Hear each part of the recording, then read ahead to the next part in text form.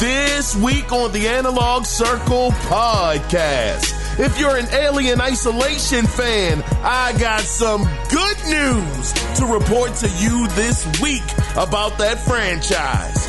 If you held off from buying a PlayStation 5, your patience may have paid off.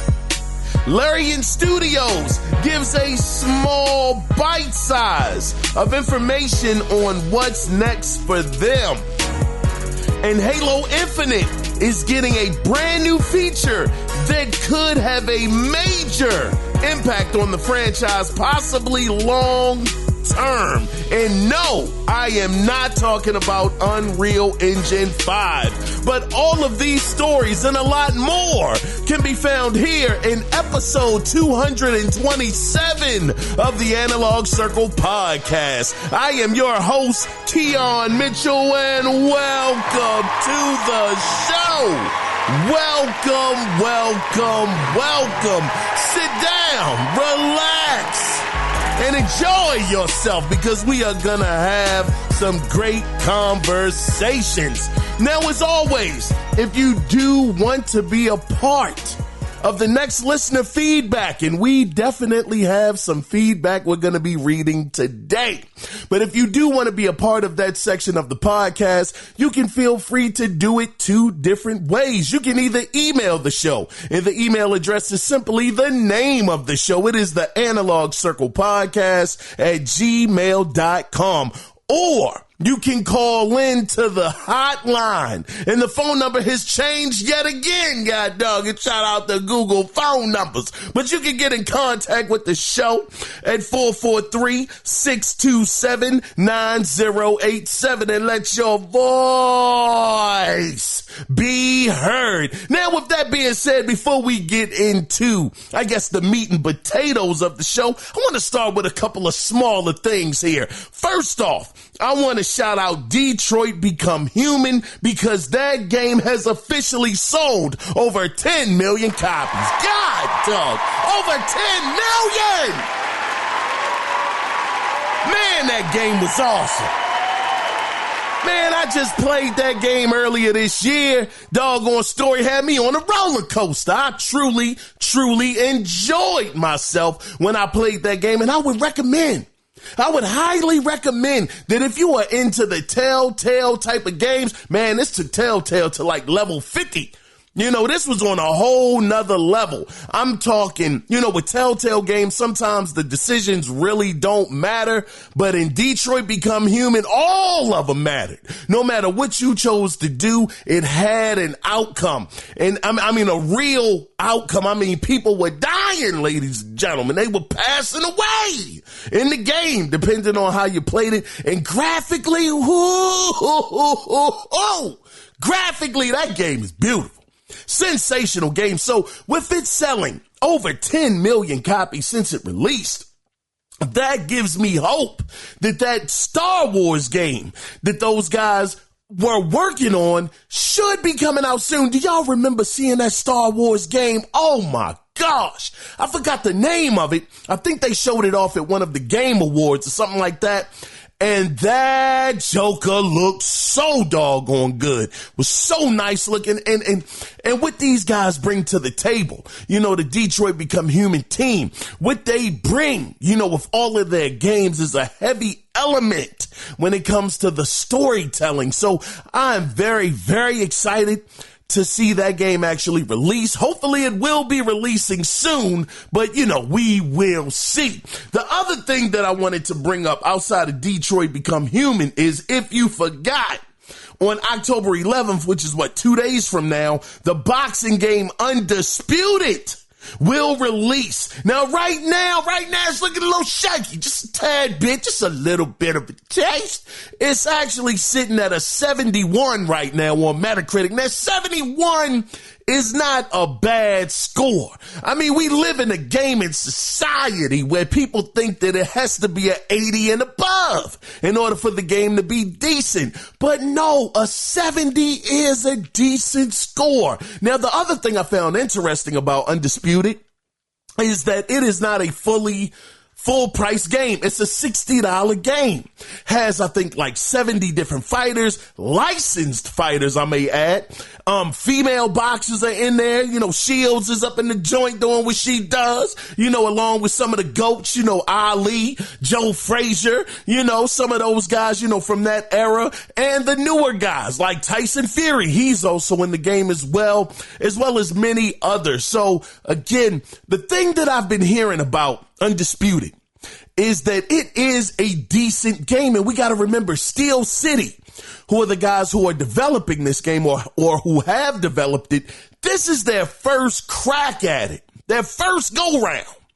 And they were saying that it is a solid effort for a first, you know, for them, for their first title coming out of the gate is solid. No, I don't think it's quite on the level of a Fight Night. Fight Night was so incredible. God, dog, it was great.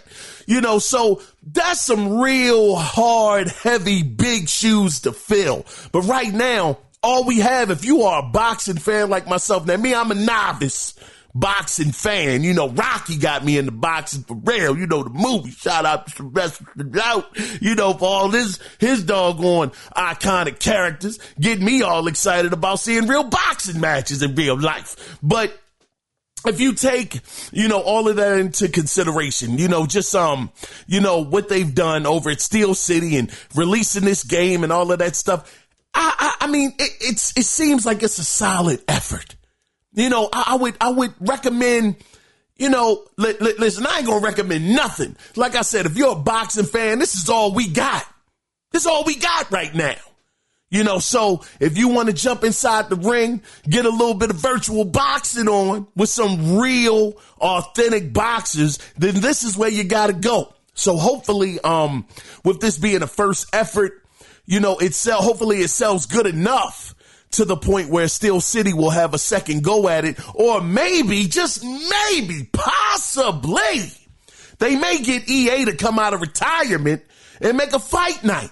If this sells well, and it does, you know, it does really good as far as sales go, you know, money talks, the other stuff runs a marathon, you know, so if this game actually sells and EA can look and see the books and how many copies this game is sold, maybe it'll get them to come out of the corner, out of retirement, and start trying to make another boxing game, because the UFC games ain't it, brother.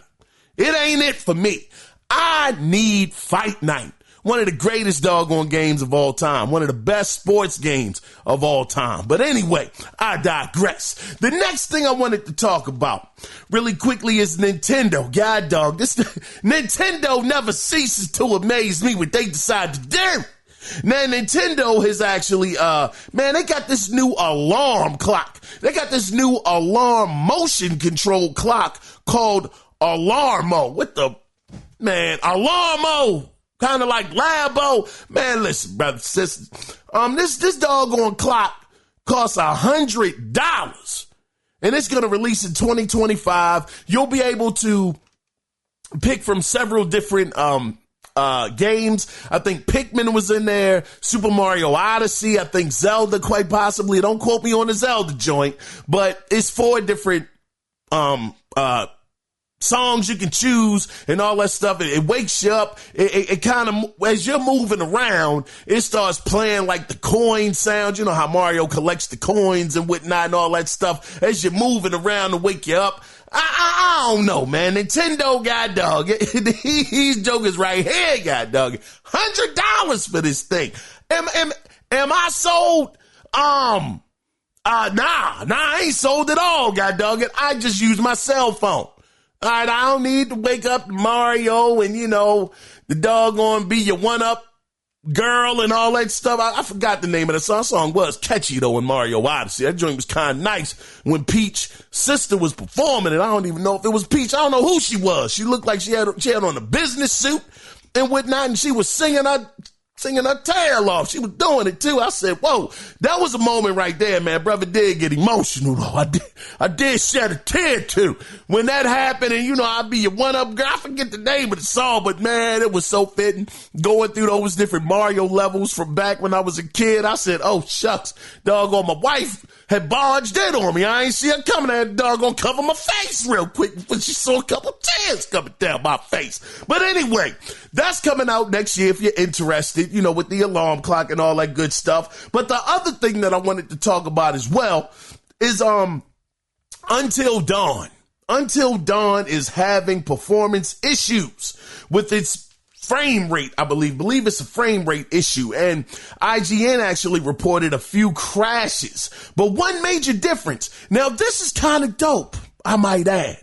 One of the major differences between the original Until Dawn and the remastered Until Dawn is that, the original, of course, we know it had fixed camera angles, but this remaster, for the most part, is an over-the-shoulder third-person view, which really brings a whole different perspective to the game, you know, to the game player, where you're playing most of the game from an over-the-shoulder perspective. That was never the case in the original. So as a result of that, that seems to be kind of making it, you know, fall into a couple of issues when it comes to the frame rate.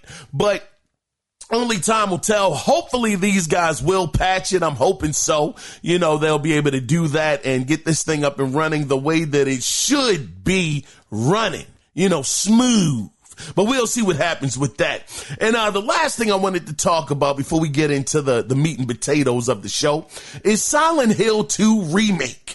Now, of course, if you don't have a PlayStation 5, you don't have access to this game right now. But if you were wondering, well, shucks, man, I got an Xbox, or I don't have a PlayStation. When in the world will I be able to play this game? Of course, it's available on PC right now. You PC mother lovers. Oh man, these jokers just getting Red Dead Redemption. Oh, move this man. Oh man, PC is just getting Red Dead Redemption, y'all. The first one. Man, y'all jokers think I want to be on PC. Y'all gonna convince me to go over there on that platform. You're joking me. You gotta be wildin'. Thinking I'm gonna go over there getting games 15 years later. Man, get the heck out of here. But anyway, the thing is about the Silent Hill, I want to jump back on that, man. God dog it. Matter of fact, I made a video. I don't really promote this too much. I'm over on TikTok. Yeah, I don't even know what my name is. I think it's just the Analog Circle over there. Made a video about Red Dead Redemption if you want to check it out. Find me over on TikTok. Yeah, that's right. But anyway, Silent Hill. This game is going to come to other consoles or other platforms outside of PlayStation 5 and PC after October 8th, 2025.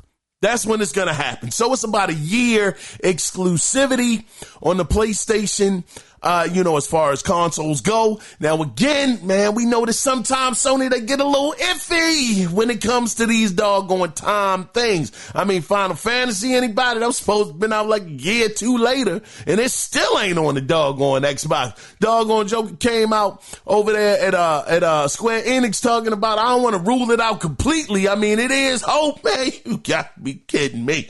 Anyway, that's it for that, though.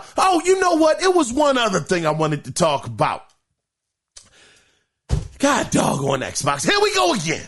Here we doggone go. Xbox is Xboxing right now. Now, they just announced the custom Indiana Jones and the Great Circle themed Xbox Series X. But as always, you can't buy it. You gotta win it by solving a doggone puzzle. That is the thing. The achievements.com website said it took more than 350 man-hours, 350 hours of craftsmanship to make the hardware puzzle box. And my thing is, you don't want to sell this, Microsoft. You don't want to sell it. Man, that's the one thing. God, dog, these jokers, I'm going to tell you, Xbox does some real bad stuff. Messaging is terrible. Bringing your games to other platforms is horrible. But it's one thing these mother lovers do well, and it is a custom doggone console. All of their custom consoles are fire. I mean, these jokers are real nice. I mean, from the Cuphead one to the Tomb Raider one to the Forza one. I mean, these jokers know how to do a custom console. And I'm saying to myself, doggone, sell this stuff. But of course, they're not going to sell it. You got to doggone solve a darn puzzle in order to win this thing. And it's all gold and whatnot. Looks real nice and everything. The case looks dope as ever, but yet you can't win it. God darn. Anyway, Xbox is going to continue to Xbox, and doggone Phil Spencer going to go out there asking, why don't y'all want to develop, on Xbox? Why do you prefer to develop on PlayStation versus Xbox? God, Doug, this got to be a joke, Phil Spencer. You got to be kidding. Here it is on your platform. You got Xbox Game Pass. It's making it so some people, not all, but some people on the platform don't feel a need to buy any games. The first thing they're going to say is it coming to Game Pass? When is it coming to Game Pass? Oh, I'm not giving them my $70. I got Game Pass. I'm not gonna buy it. And when that happens on your platform, most developers are going to look at that as a big negative. Like, golly, I'm spending all this money on resources to put it on your console, knowing that a lot of your player base, again, not all, but a lot of your player base isn't even going to support it. They're going to wait for it to come to Game Pass. Whereas if I put it on the PlayStation platform, doggone it, more than likely they're going to buy it, and it's a bigger install base. I mean, come on, Phil. Anyway, guys, with that being said, let's go ahead now and let's come and get into what we all come here for, and that is officially the gaming news that went down. So let's go ahead and let's start things off with a little bit of rumors. Rumor has it is something that only I know. Now, I actually got this story from Comic Book. So this rumor is coming from insider Lunatic Ignis, who claims via Discord that multiple God of War remasters are in the works, and these titles will concentrate on the Greek era of the series, which will include the first three main entries, which include, now this is why I reported this, because this is a first. I have never heard this rumor. They're saying that this is going to include Chains of Olympus, Ghosts of Sparta, and Ascension. Now, it's also being reported that Nixxes will be the developer on this project, and it will be announced in March of 2025 when the series turns excuse me, God dog, I ain't even mean to do that. My bad. That was so unprofessional of me. Pardon me, man. But this game is going to be announced again in March of 2025 when the series turns 20 years old. So this is the thing. Now, these three games I have never played. Now, I know Ascension was on, PlayStation 3? If I'm not mistaken, it was PlayStation 3, but Chains of Olympus and Ghosts of Sparta, those were both on PSP. So if this rumor is to be, believed, this report, these are some games that I would have never, ever played because they were only on the PSP or the PlayStation Vita.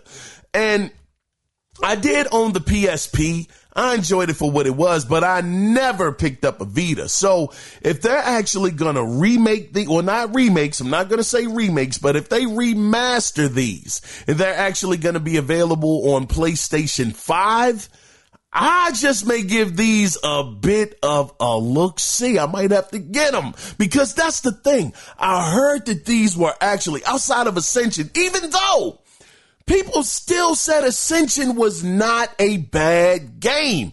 It just wasn't a great God of War game. But overall, it wasn't bad. But I've heard that Ghosts of Sparta and Chains of Olympus were excellent. I mean, the marks that those games got were high. They were highly graded games. So with that being said, if this rumor is true, and this is going to be announced in March of 2025 when the franchise turns 20 years old, you can pretty much count me in for these right here. But only time will tell.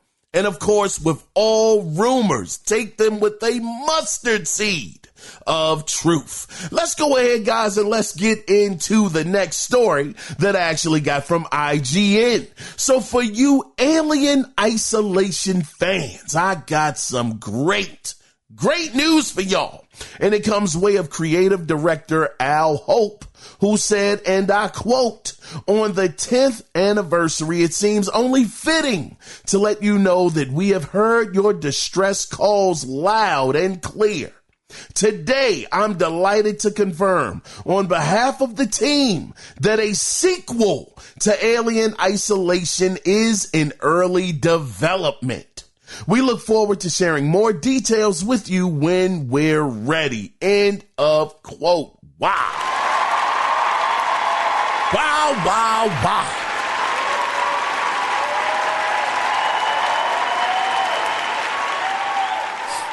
Now, if you didn't know, Al Hope was the creative director on the original Alien Isolation, with Creative Assembly taking the helm as the development team. Now, I have heard over the years, Alien Isolation, the one knock that I remember hearing about that game, because I didn't play it.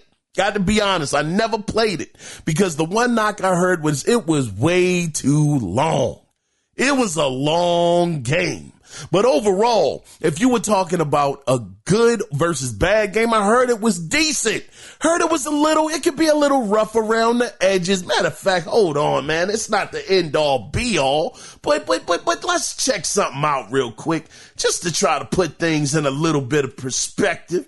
Let's see if I can find what I'm looking for right here. Let me see. Give me about 10 seconds. We're going to look up something real fast. What is the Metacritic score for Alien Isolation? All right, here we go. Let's see. Critic score. I'm bringing it up right now. It got a 79. It's at a 79.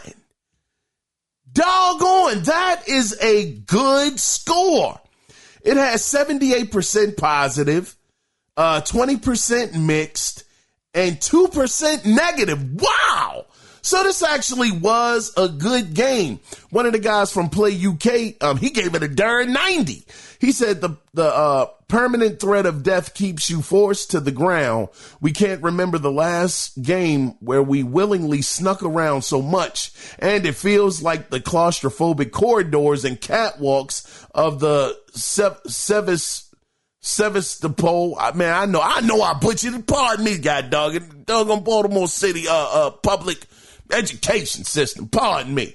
But he said we're built from that angle, being crouched, looking up at everything. I ain't gonna read your whole review here, brother, but he gave it a 90. Video Gamer gave it a 90.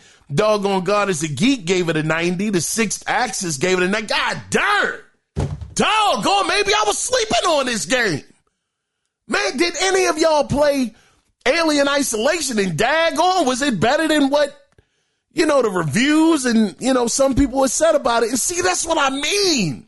That's what I mean by not listening to everybody if it's a game that you truly wanted to play. Now, Alien Isolation definitely wasn't a game I necessarily wanted to play because it was first person. Now, granted, I love first person shooters, Bulletstorm. Y'all know Bulletstorm is the GOAT. For me, it's the greatest first-person shooter ever made. And I know some of y'all probably want to... Boo this man! Yeah, I know it. Some of y'all probably do want to doggone get me off the doggone podium from talking, saying something like that. But Bulletstorm was absolutely amazing.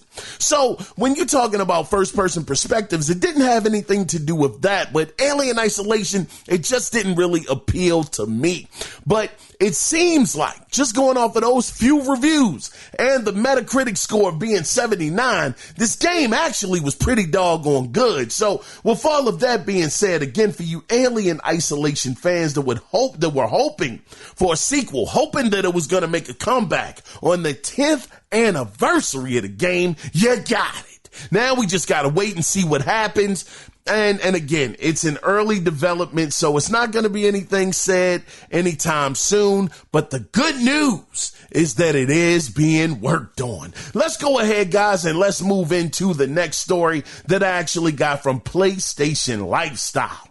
So for people that have been on the fence, man, oh man, for people that have been on the fence about purchasing a PlayStation 5 because of the price tag, you know, that Joker was down $50, then it went up a whole $50. Joker stayed there for a while, wasn't moving. Seemed like that was going to be the new price tag for it and it wasn't going to go down. Well, your patience just may have paid off today, because for the holiday season, both the physical and digital versions of the console will be getting a $50 decrease. So the digital PlayStation 5 will be $399.99 and the physical will be $449.99. Now, this deal is at participating retailers that include GameStop, PlayStation Direct, Amazon, and Best Buy. Matter of fact, hold on. If I'm remembering correctly now, this is something that I don't really remember all of the details on it, but going to PlayStation Direct, I think they were saying something on the lines that they were also going to be selling refurbished PlayStation 5s. Now, again, I'm not too sure how much the price point is going to be for those, but I think they said it comes with a year warranty.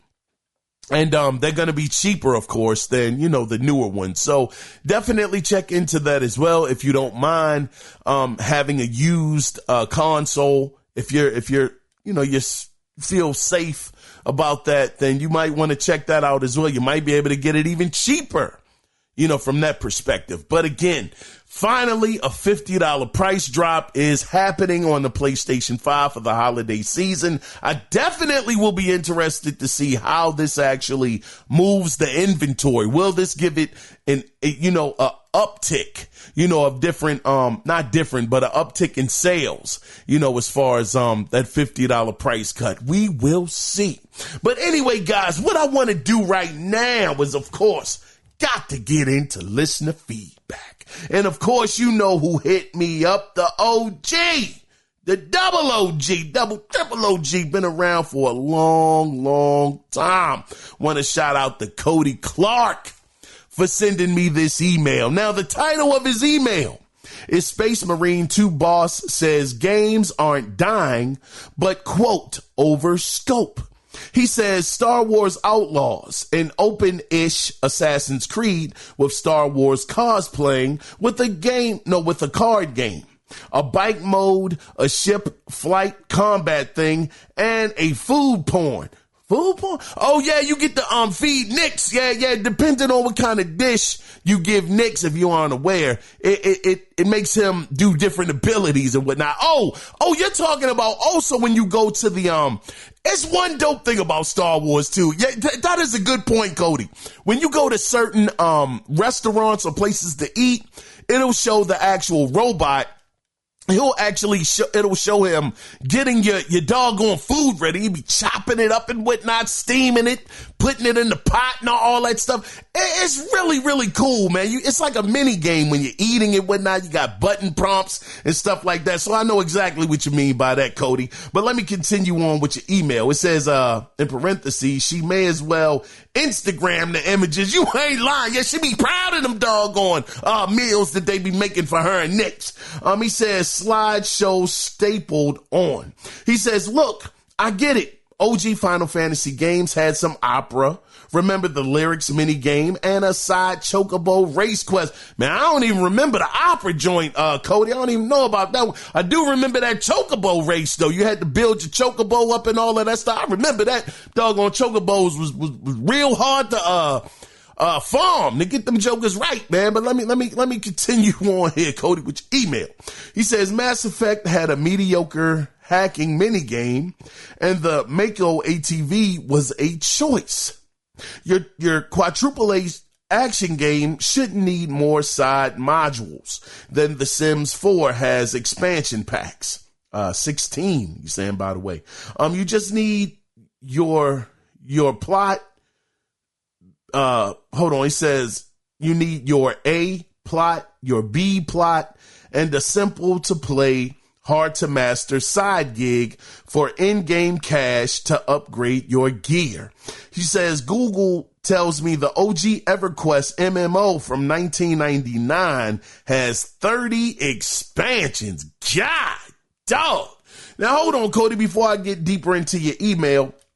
You did send me an article. Looks like it's actually from Games Radar. And it says, now the title it's kind of what you put down, Cody. It says Space Marine 2 boss says games aren't dying. Some AAA devs, quote, over scope, end of quote, them to death.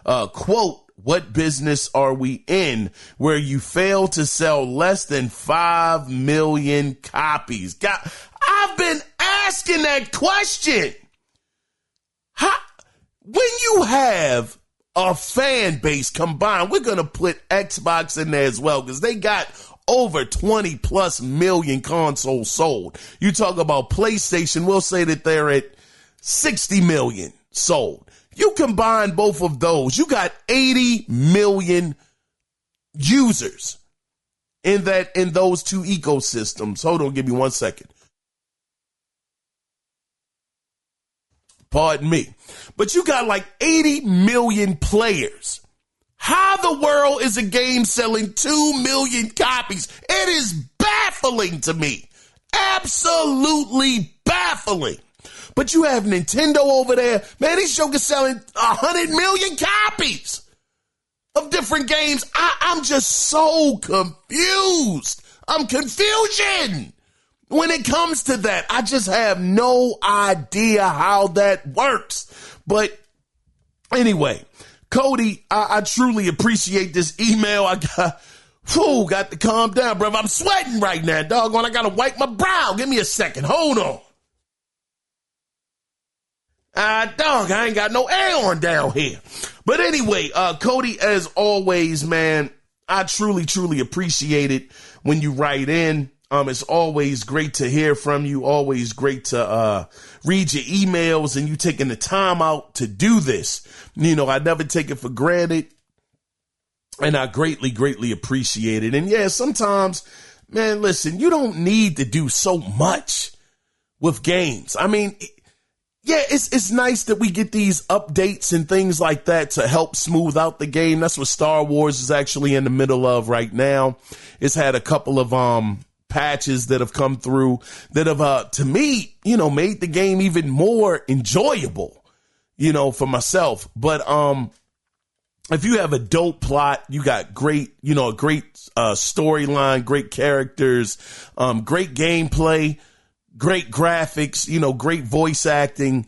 You know, you don't need a lot, man. You really, really don't. As long as you have the basics. The two main elements that you need to have a successful game is great gameplay over everything. Because you can have a phenomenal looking game, but the gameplay is terrible. The game is going to be terrible. But if you have great gameplay and a good story, even a comparable story, you know, just to keep the player engaged, you can do something with that. You don't need, I mean, yeah, it's nice to have a little bit of extra if you want to throw something extra in there. But as long as you can just cover the bases, you know, of your game, you know, I think you'll be fine. But Cody, again, thank you again for this email. I greatly appreciate you, brother. Thank you, man.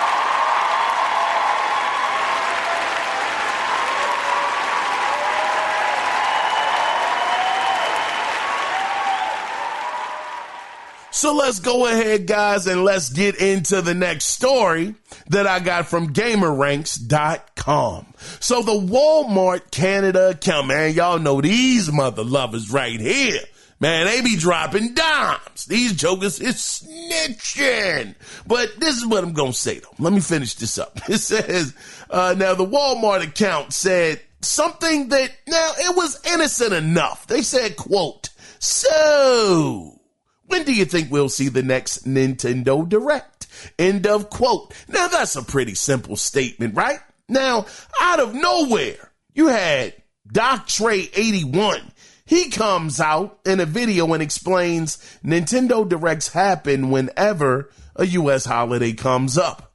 Now, strangely enough, Columbus Day is next week. Now, of course, we know that Nintendo doesn't do it on every holiday, but it has happened in the past. Now, the other thing he points out is the Canada Walmart account doesn't make these predictive tweets unless it's a major direct, which has led him to believe that this next direct, and I definitely disagree, but he believes that this next direct will be the Switch 2 reveal. Now, again, we know the past of Walmart. I mean, these jokers have leaked multiple games. You remember that one year at E3 when Bethesda had announced, matter of fact, I ain't even got to wonder. We're going to look this up. We're going to look up how many games has Walmart leaked.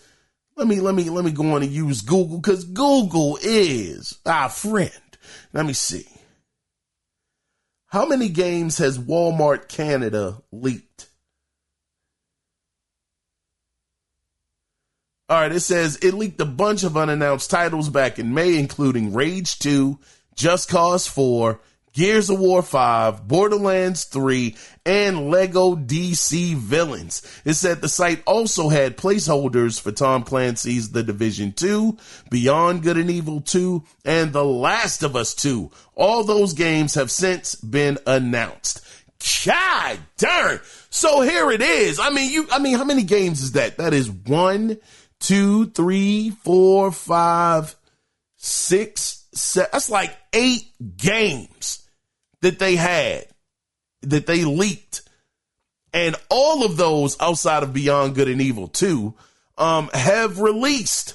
So yeah, that track record as far as like leaking goes is pretty doggone accurate. Now again, just to put this back in context, I'm not saying that Walmart is leaking, that Nintendo is having a show, because they put it in a question form. They simply said, when do you think we'll see the next Nintendo Direct? Now, that could be a real, genuine question, or maybe they're hinting at something happening. And again, with this guy, Doctray81, he's out there thinking that it's a Switch 2 reveal.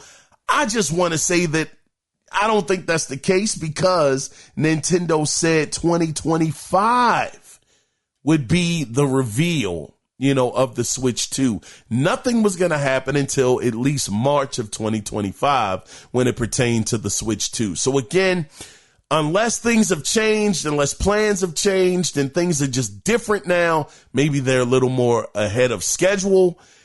Unless that's the case, I just don't see Nintendo breaking it's not protocol, but I don't see them going back on their word as far as, them actually revealing the Switch 2 before March of 2025. But only time will tell. We'll see what happens with this. It would be extremely interesting if a doggone direct did pop up in the feed, sometime later on this week. So far, haven't seen anything yet. And this is Wednesday when I'm recording this at 5:06 p.m. Who knows what could happen by Friday, but we shall see. Let's go ahead, guys, and let's move on in to the next story. So this is in quick news, and I actually got this from IGN. But Little Big Planet 3 is leaving the PlayStation Store permanently. Now, in a statement on X, they said, and I quote, after 10 years of playing, creating, and sharing content in Little Big Planet 3, the game and our entire range of Little Big Planet DLC will be removed from the PlayStation Store on October 31st, 2024. End of quote.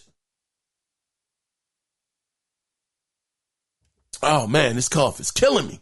But so here it is. If you guys were interested in Little Big Planet 3, make sure that you pick it up before October 31st, because it's going to be gone and it ain't coming back. Now, again, they did say if you do have the physical copy of Little Big Planet 3, or if you have it digitally downloaded, you will still be able to have access to the game and all of that good stuff. But if you don't own the game, and they even said if you even got it from PSN, you would still have access to the game. So If this was a game that you were interested in getting, you just never got around to buying it, then you might want to consider getting on this before the end of the month, because again, it's going to be gone out of the store forever.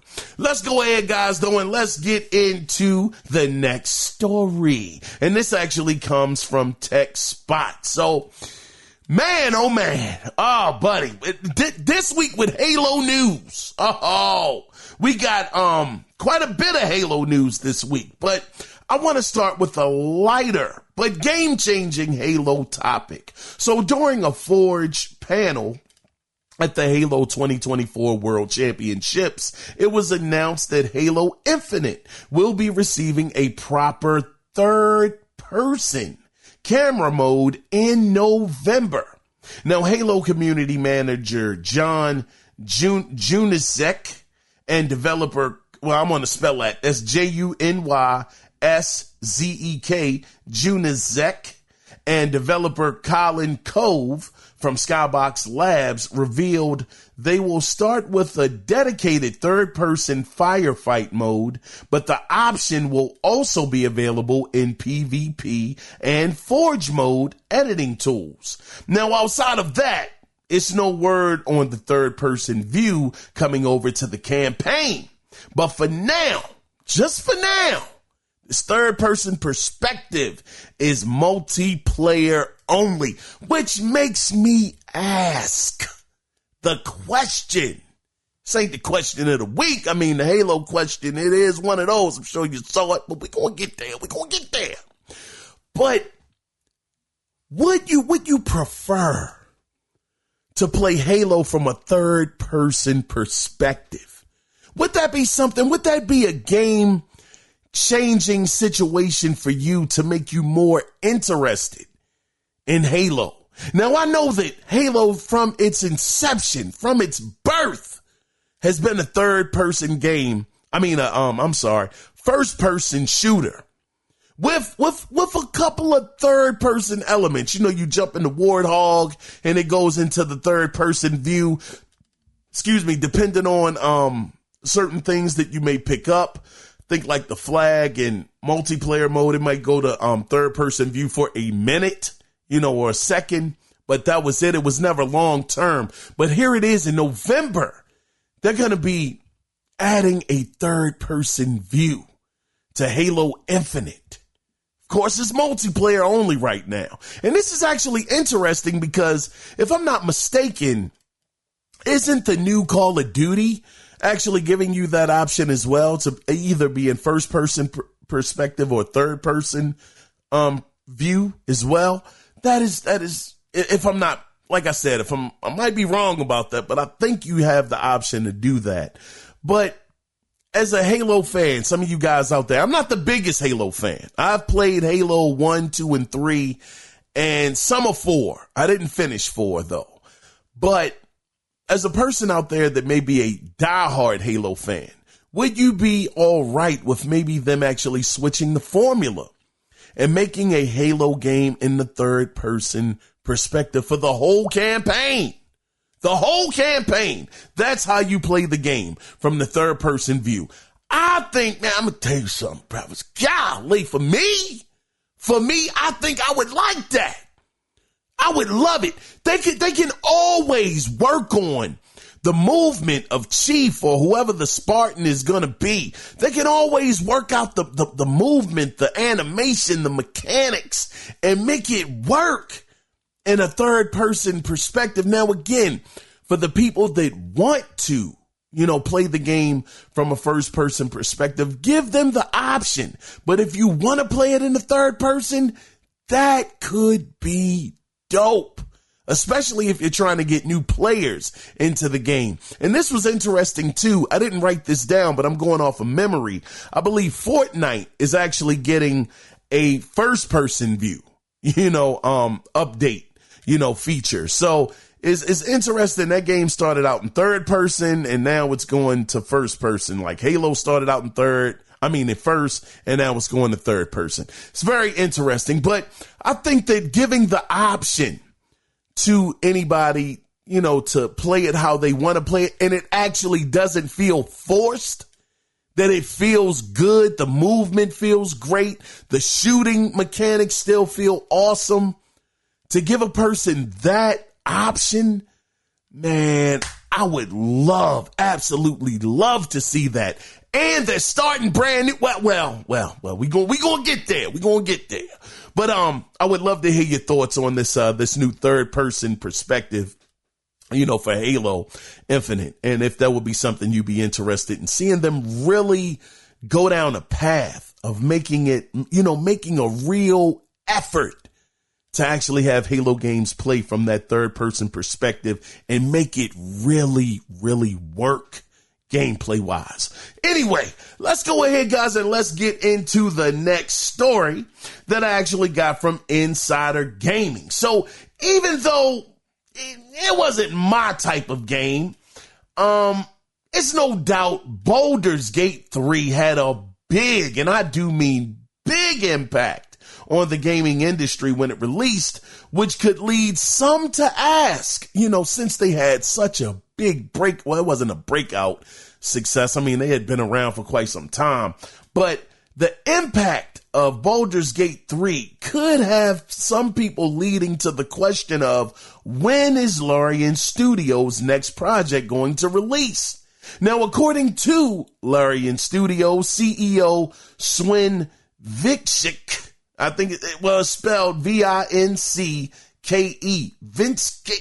Yeah, I know I butchered his name. Pardon me, brother, for butchering that. But your name. But he says the guy Swin, I'll just call him Swin. You shouldn't expect it to you should expect it to release. Now, this is Larien Studios' next game. You should expect for it to release between 2028 or 2029. But Swin did put this caveat out there by saying, this was the quote, "I knew you'd pick up on that. It was a joke." He told this to IGN after he accepted his special recognition award. But he continues. He says, quote, "I don't know."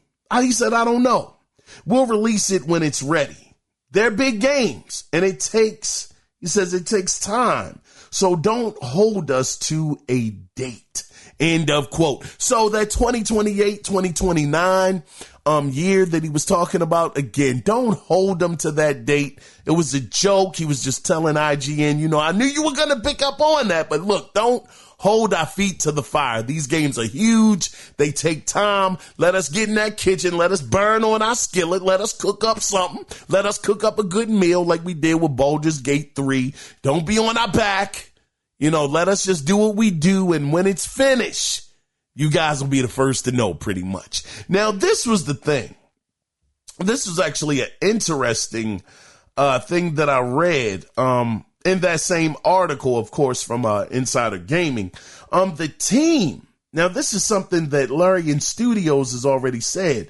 They said the team is leaving Dungeons and Dragons entirely. So to me, that sounds like a possible brand new IP that Larien Studios may be working on, or even them tackling possibly a new genre. Because that was the thing.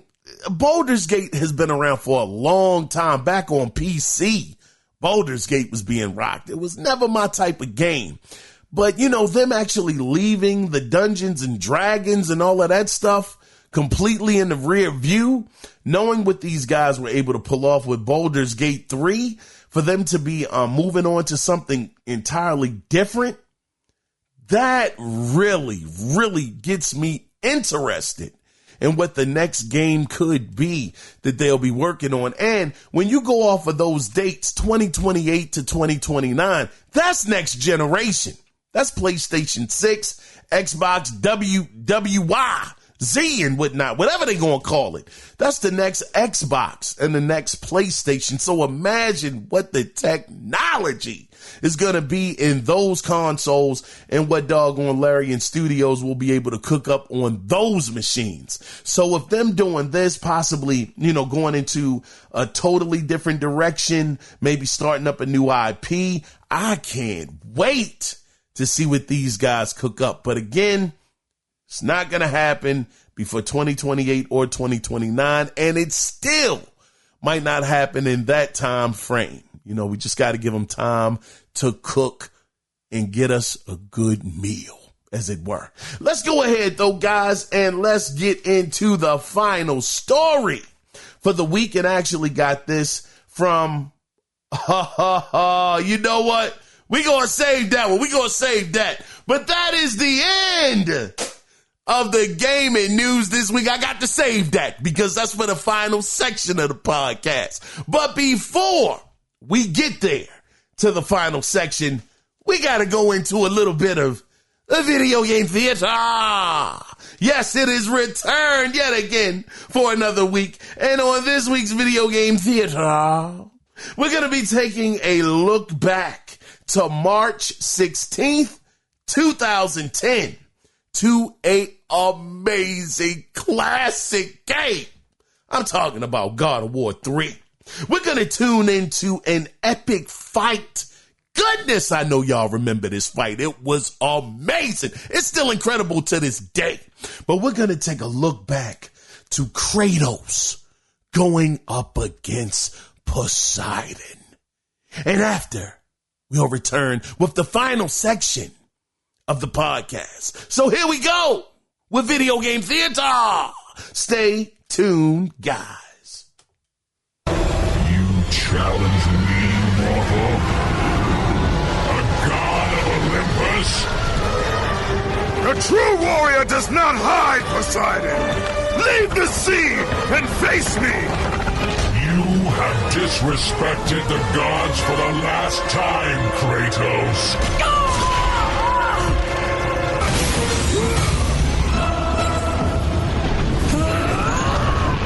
Kratos, jump to my hand!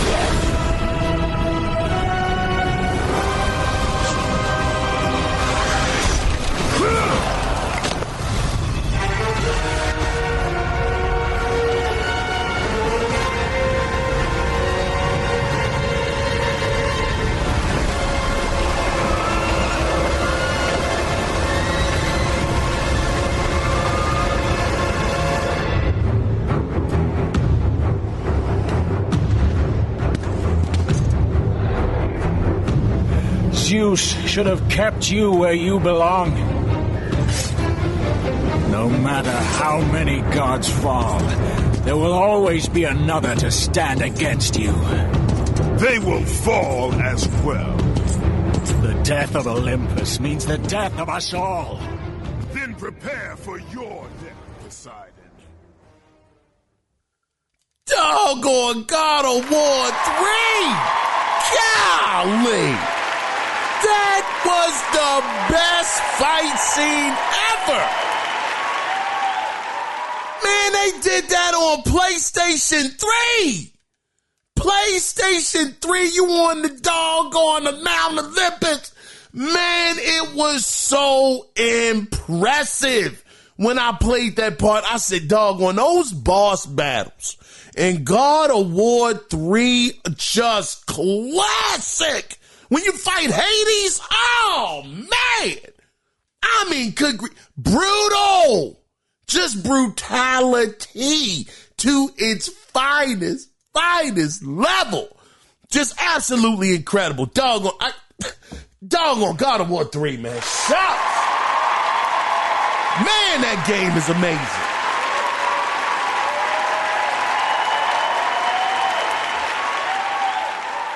All right, brothers and sisters, we are in the final section of the podcast. And of course, this is where I ask you guys the question of the week. Now, I know you guys saw it as soon as you clicked on the episode. And like I say, I truly appreciate you being here with me.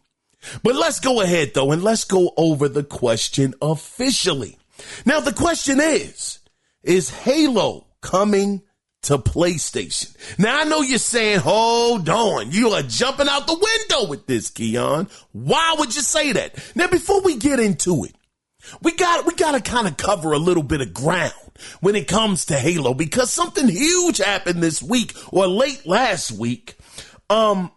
The 343, well, the previously known studio as 343 Industries, has now been renamed or rebranded Halo Studios, and they will be officially putting the Slip Space engine to rest. That joker's on ice, and they're going to start developing on Unreal Engine 5. Now, the thing is, man, Unreal Engine 5, golly. Oh, y'all know I'm a fanboy of that joke. God, dog, Unreal Engine 5, beautiful. Oh, it was beautiful. Oh, my goodness. Now, this is the thing. I was reading a couple of articles. Well, I think it was 2 articles. Now, I'm not going to remember everything verbatim, but the reason why they were saying ultimately that they wanted to get away from the Slip Space engine is because it was old tech. To a certain degree, it was some things in that engine that were 25 years old. That's a long doggone time, 25 years old. And the Slip Space engine was just hard to do certain things with versus Unreal Engine 5, where a lot more people are more versed in Unreal Engine. They're hiring a lot of new talent. A lot of people that were at 343 Studios are no longer there. Bonnie Ross, we know she got let go quite a few years ago at this point, along with others that were on the team. So they're starting anew. They're starting fresh. And I think that is a good idea. Matter of fact, I think it's a great idea because it is a bit of a stain. Not even a bit of a stain. It is an all-out stain on the name 343 Industries, because they have not got a Halo 100% correct since they took the helm from Bungie. So for them to actually kind of erase that, start anew, starting with a new engine, an engine that more developers are versed in, that's a good way to, try to start to rebuild the name of Halo and get it back to the prominence that it was once in the past. But with that situation, as far as them, using Unreal Engine 5, I'm so excited about this because we know that engine is incredible when it comes to the lighting, when it comes to the graphical prowess that you can show off. It is incredible. So I am very, very happy with this decision.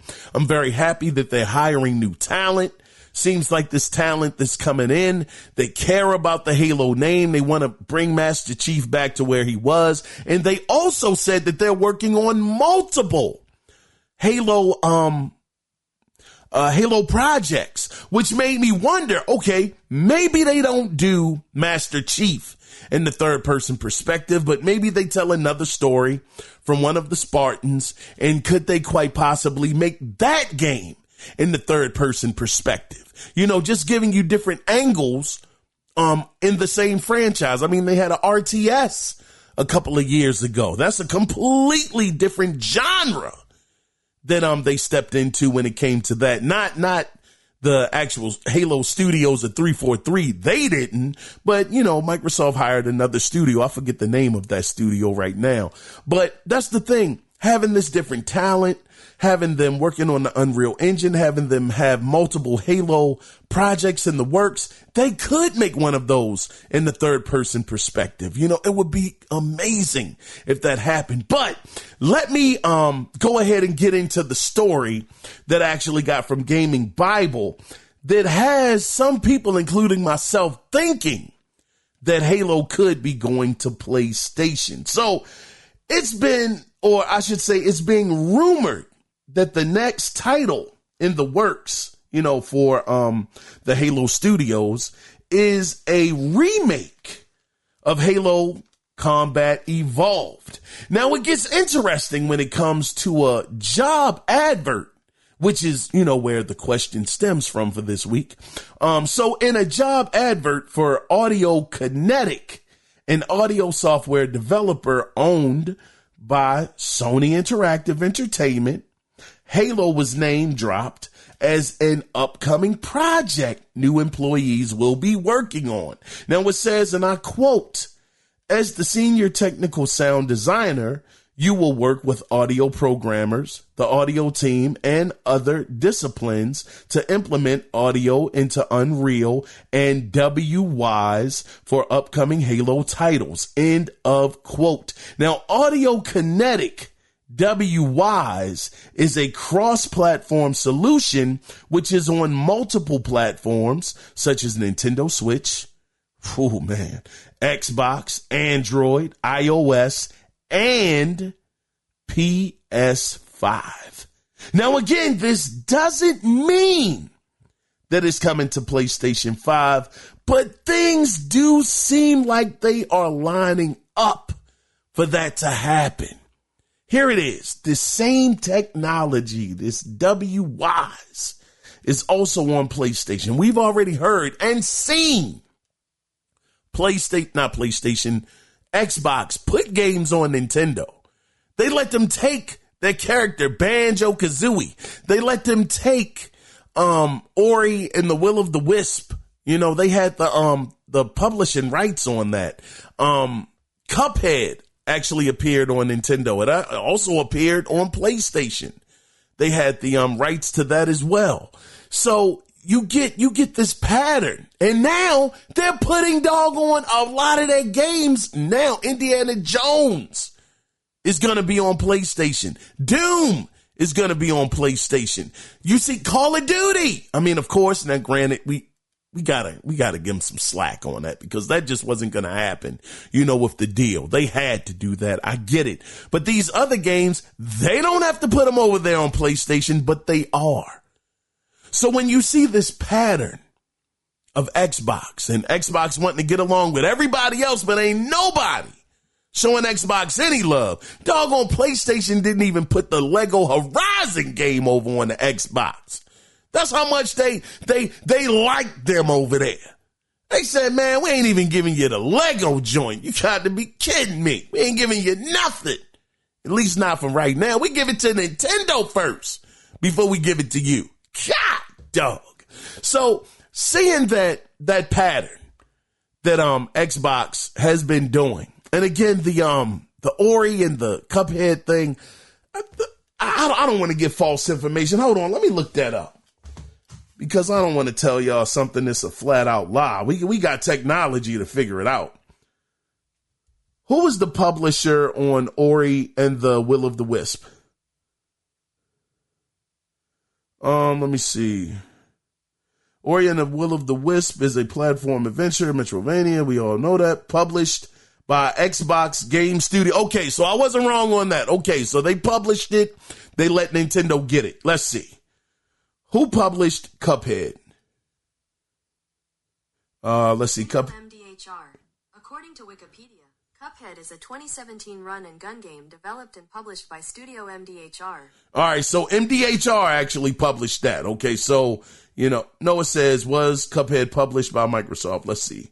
Cuphead is a 2007. Nope. Okay, so MDHR, again, Studio MDHR actually published Cuphead. So I was wrong on that. That's why I wanted to make sure. But Ori was published by Microsoft, Game Studios. So we've seen again that game showed up on Nintendo. Now, interestingly enough, though, that game never came to PlayStation.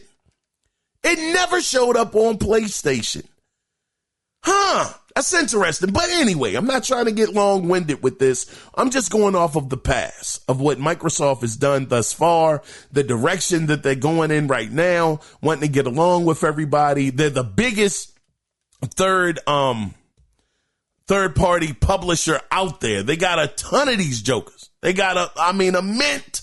They got like darn near half of the industry in their doggone stable. So with the moves that they're making and all of that stuff, do you think that Halo is coming to PlayStation? And if it did, if Halo showed up on PlayStation, Boo this man!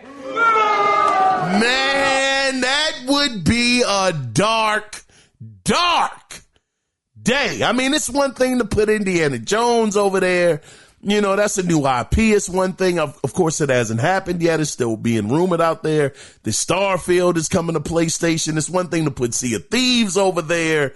Hi-Fi Rush has gone over there. But God, dog, you put your franchise, your doggone mascot over on PlayStation.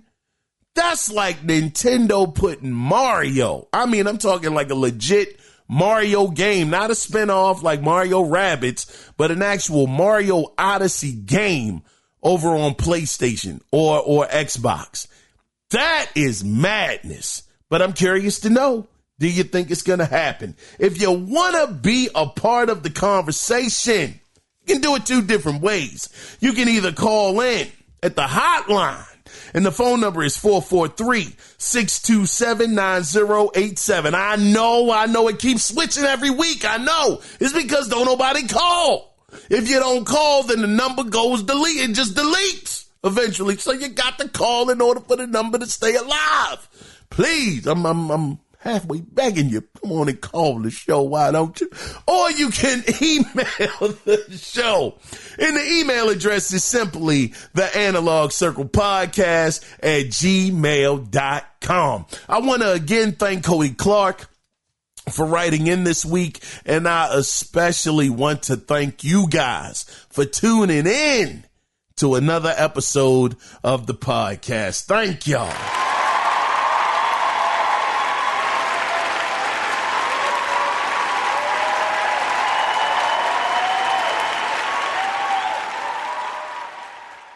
Cody, I didn't forget about your other email, brother. I'm going to get to it. That joke that's a soliloquy like War and Peace, brother. That thing is huge. I'm going to get to it, though. But with that being said, though, guys, before we officially wrap it up and put a bow on it, always remember one thing. It is not about the consoles. It is about the games. So until next Wednesday, when we do it again, until then, you guys take care. Be safe out there. Bye-bye.